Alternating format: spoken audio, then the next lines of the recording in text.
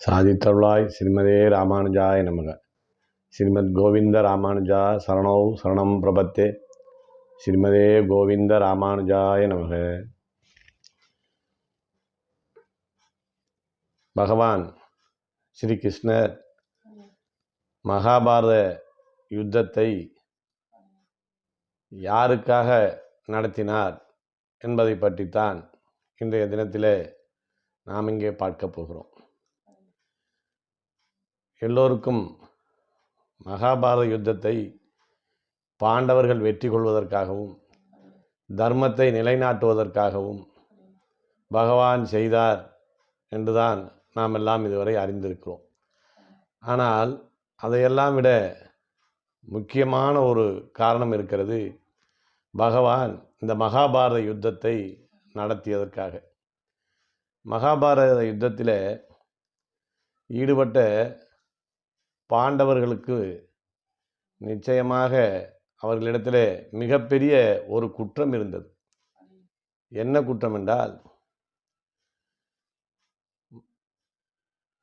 பாண்டவர்கள் தர்மன் தலைமையில் துரியோதனன் அழைத்த சூதிலே கலந்து கொள்கிறார். அந்த சூதிலே தன்னிடம் இருக்கிற நாடு, நகரம், செல்வம் அனைத்தையும் இழந்த தர்மன் தன்னையும் பணயமாக வைத்து இழந்து விடுகிறார். அவரையும் பணயமாக வைத்து இழந்ததுக்கு பிறகு சகுனியினுடைய தூண்டுதல்னால தனது மனைவியான திரௌபதியையும் பணயம் வைத்து அந்த சூதிலே தோற்றுவிட்டார். திரௌபதியையும் தோற்றதனால துச்சாதனாலே அந்த சபைக்கு இழுத்து வரப்படுகிறார் திரௌபதி. அவ்வாறு திரௌபதி இழுத்து வரப்படுவதற்கு முன்னே துச்சாதனிடத்தில் திரௌபதி வேண்டிக் கொள்கிறார். நான் பெரியோர்களுக்கு முன்னாலே வந்து நிற்க முடியாத நிலையிலே இருக்கிறேன். பெண்களுக்கே உண்டான வீட்டுக்கு விளக்கமான நிலையிலே இருக்கிறேன்.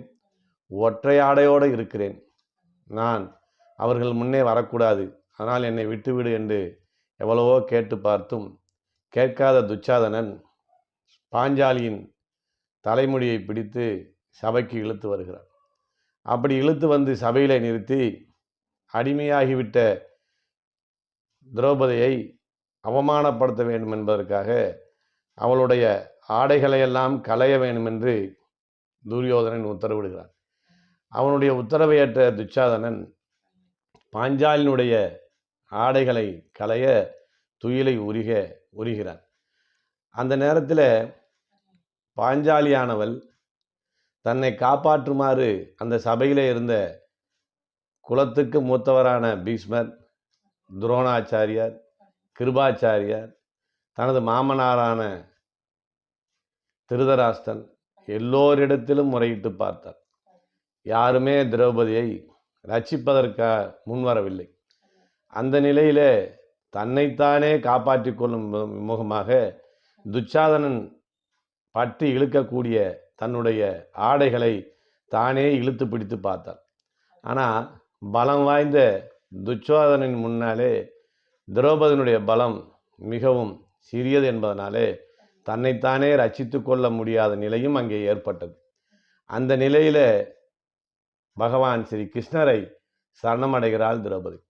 அச்சுதா, நிலையா, கோவிந்தா, புண்டரிகாச்சா, ரச்சமாம் சரணாகதாம் என்று தன்னுடைய இரு கைகளையும் தலைக்கு மேலே கூப்பினாள். அந்த நேரத்திலே பகவானுடைய கிருபையினாலே அங்கே புடவைகள் சுரந்தது. திரௌபதியினுடைய மானம் காக்கப்பட்டது. ஆனால் அந்த சபையிலே பாஞ்சாலி ஒரு சபதம் செய்தார். துரியோதனுடைய துடையை பிளந்து அதிலே இருக்கக்கூடிய இரத்தத்தை எடுத்து தன் கூந்தலில் தடவாமல் நான் இந்த கூந்தலை முடிய மாட்டேன் என்கிற ஒரு சபதத்தை அவள் மேற்கொள்ளுகிறார். இதையெல்லாம் கேள்விப்பட்ட கண்ணன் இந்த யுத்தத்தை செய்ய வேண்டும் என்ற முடிவுக்கு வருகிறார்.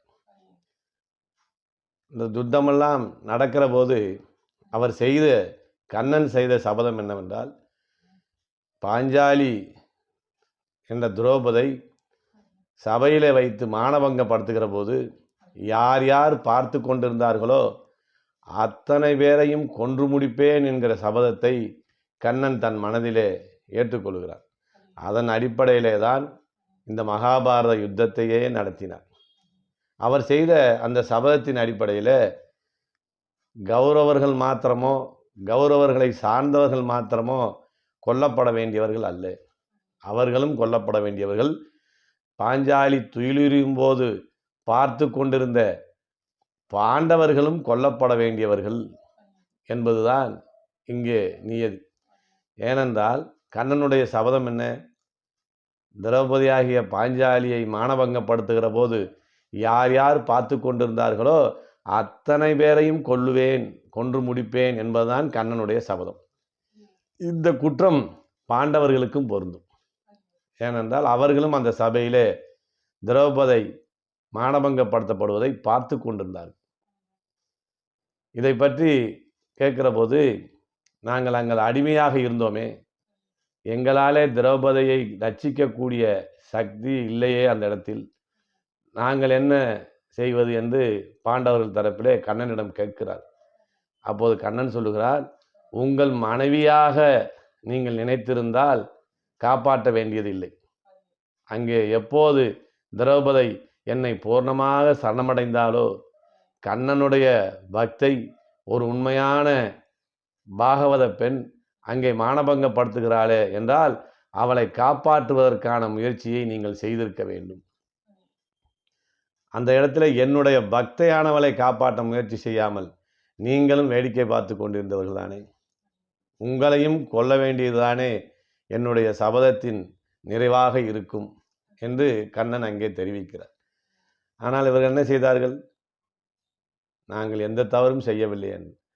அப்போதுதான் கண்ணன் சொல்லுகிறார், ஒரு சபையிலே அதர்மம் நடக்கிற போது சக்தி உள்ளவனாக இருந்தால் அந்த அதர்மத்தை தடுக்க பார்க்க வேண்டும். சக்தியற்றவனாக இருந்தால் அந்த சபையை விட்டு வெளியேறிவிட வேண்டும். இரண்டையும் செய்யாமல் இருந்த நீங்களும் குற்றவாளிகளே, நீங்களும் கொல்லப்பட வேண்டியவர்களே என்ற குறையை அவர்களுக்கு சுட்டி காட்டினார். ஆனால் அவர்களை மன்னித்து விடுகிறார். எதனாலே? தலைவிரிகோலமாக இருக்கக்கூடிய நிலையில இருக்கிற திரௌபதியை காண சகிக்காத கண்ணன் மகாபாரத யுத்தத்தையே செய்ய தயாராகிறார். அப்படி தலைவிரிகோலமாக இருக்கக்கூடிய திரௌபதியை பார்க்க சகிக்காத ஸ்ரீ கண்ணன் அவளை திருமாங்கல்யம் இல்லாத விதவா கோலத்திலே பார்க்க கூடாது என்கிற ஒரே காரணத்திற்காக பாண்டவர்கள் 5 பேரையும் அவர் மன்னித்து விடுகிறார். இதற்கு மேலே அர்ஜுனனிடத்திலே ஒரு குறை உண்டு. யுத்தம் தொடங்குகிறதுக்காக 2 தரப்பிலும் சேனைகள் அணிவகுத்து நிற்கிற போது 2 சேனைகளுக்கும் நடுவிலே எதிர் தரப்பிலே இருப்பவர்களெல்லாம் பார்த்து, என்னுடைய தாத்தா பீஷ்மர் இருக்கிறார், என்னுடைய சகோதரர்கள் இருக்கிறார்கள், என்னுடைய குலகுரு இருக்கிறார், இவர்களெல்லாம் நான் கொண்டு இந்த நாட்டை ஆள வேண்டுமா என்று மனம் சோர்ந்து சத்திரிய தர்மத்தை செய்யாமல் தன்னுடைய வில்லாயுதத்தை கீழே விட்டார். ஒருவன் தன்னுடைய கடமையை செய்ய தவறுவதும் குற்றம். இந்த குற்றம் அர்ஜுனனுக்கும் உண்டு. ஆக பாண்டவர்கள் தரப்பில் எவ்வளவு குற்றம் இருந்தாலும் அதையெல்லாம் பொறுத்து கொண்டு அதை மன்னித்து கொண்டு மகாபாரத யுத்தத்தை நடத்தினான் பகவான் ஸ்ரீகிருஷ்ணன். ஏன் நடத்தினான்? எப்படி நடத்தினான்? கொல்லப்பட வேண்டிய பாண்டவர்களை மன்னித்து அதில் யுத்தம் செய்ய மாட்டேன் என்ற நிலைக்கு வந்த அர்ஜுனனை பகவத்கீதையின் மூலமாக திருத்தி யுத்தம் செய்வதற்கு தயார் செய்து அந்த யுத்தத்தை நடத்தினார். அந்த யுத்தத்தில் என்னென்ன செய்தார்? தூது போகிறார் யுத்தத்தை நிறுத்துவதற்காக. தூது போகிற போதும் அவருடைய எண்ணம் என்ன? யுத்தம் நடக்க வேண்டும் என்ற எண்ணத்தோடு தான் தூது போனார். யுத்தத்திலே ஆயுதம் எடுக்க மாட்டேன் என்ற ஒரு சபதத்தை செய்திருந்தார். ஆனால் இந்த யுத்தத்தினுடைய போக்கை மாற்ற வேண்டும் என்பதற்காக அந்த யுத்தத்திலே ஒரு நாள் சக்கராயுதத்தை எடுத்து தன் சபதத்தையும் மீறினார். அதற்கு மேலே அந்த யுத்தத்திலே தேர் ஓட்டினார். எதற்காக? இந்த தேரின் சக்கரத்திலே அதர்மம் செய்கிறவர்களை கொல்ல வேண்டும் என்பதற்காக தேரையும் செலுத்தினார். இப்படி திரௌபதி என்ற உண்மையான ஒரு பக்திக்காக அவளுடைய சபதத்தை நிறைவேற்ற வேண்டும் என்பதற்காக பலவிதமான மாயங்களை செய்து இரவை பகலாக்கி பகலை இரவாக்கி என்ற வித்தைகளையெல்லாம் அங்கே செய்து பாண்டவர்களை வெற்றி கொள்ள செய்தான் கண்ணன். இப்படி மகாபாரத யுத்தத்தை செய்ததும் குற்றமுடையவர்களான பாண்டவர்களை மன்னித்து அவர்களை யுத்தம் செய்ய வைத்ததும் எதற்காக என்று கேட்கிற போது, என்னுடைய உண்மையான பக்தை திரௌபதியை யார் யார் துன்புறுத்தினார்களோ அவர்களெல்லாம் தண்டிக்கப்பட வேண்டியவர்கள், அவர்களை நான் நிச்சயமாக மன்னிக்க மாட்டேன் என்ற சபதத்தை நிறைவேற்றி தன்னுடைய உண்மையான பக்தர்கள் துன்பப்படுவதை பொறுக்க மாட்டாமல் தான் பகவான் இவ்வளவு பெரிய மகாபாரத யுத்தத்தையே நடத்தினான். அப்படி மகாபாரத யுத்தம் செய்து திரௌபதியினுடைய சபதத்தை நிறைவேற்றிய பிறகு கூட கண்ணன் தன் மனதிலே நீங்காத ஒரு குறையோடு இருந்தார். அந்த குறை எப்போது வரைக்கும் அவர் மனதில் இருந்தது தெரியுமா?